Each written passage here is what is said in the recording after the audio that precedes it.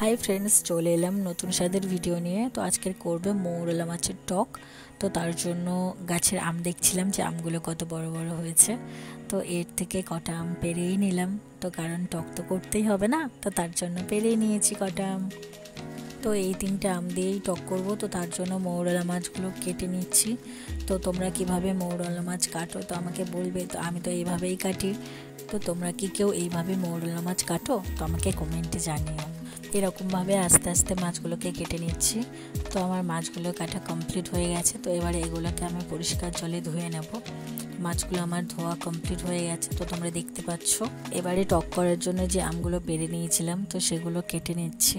তো আমগুলো তোমরা এরকমভাবে কেটে নেবে, আর আমগুলো কাটার সঙ্গে সঙ্গে তোমরা মনে রাখবে যে এর ভিতর দানাগুলো আছে, তো সেগুলো এরকমভাবে পরিষ্কার করে বার করে নেবে।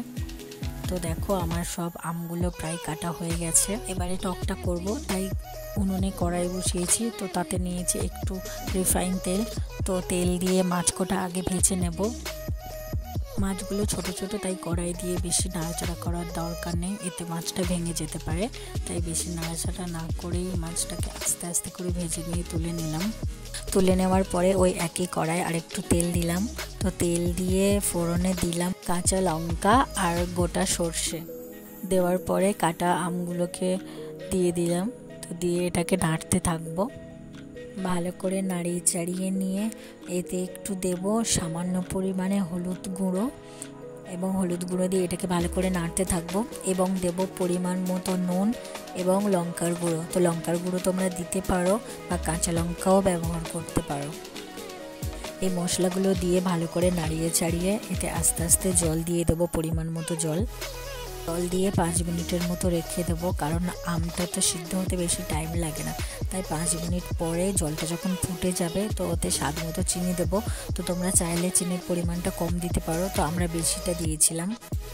তো এবার আস্তে আস্তে মাছগুলো দিয়ে দেব।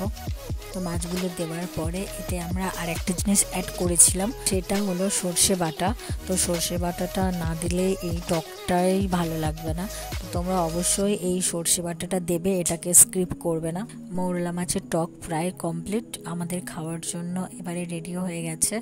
তো তোমরাও এটাকে বাড়িতে ট্রাই করতে পারো। তো অবশ্যই খুব ভালো লাগবে। আর ভিডিওটা কেমন হয়েছে অবশ্যই জানিও, আর লাইক কমেন্ট শেয়ার করো। আর এরকম ভিডিও, নতুন নতুন ভিডিও দেখতে আমার পাশে থেকো, আর চ্যানেলটিকে সাবস্ক্রাইব করো। আজ আসি, দেখা হচ্ছে পরের ভিডিওতে।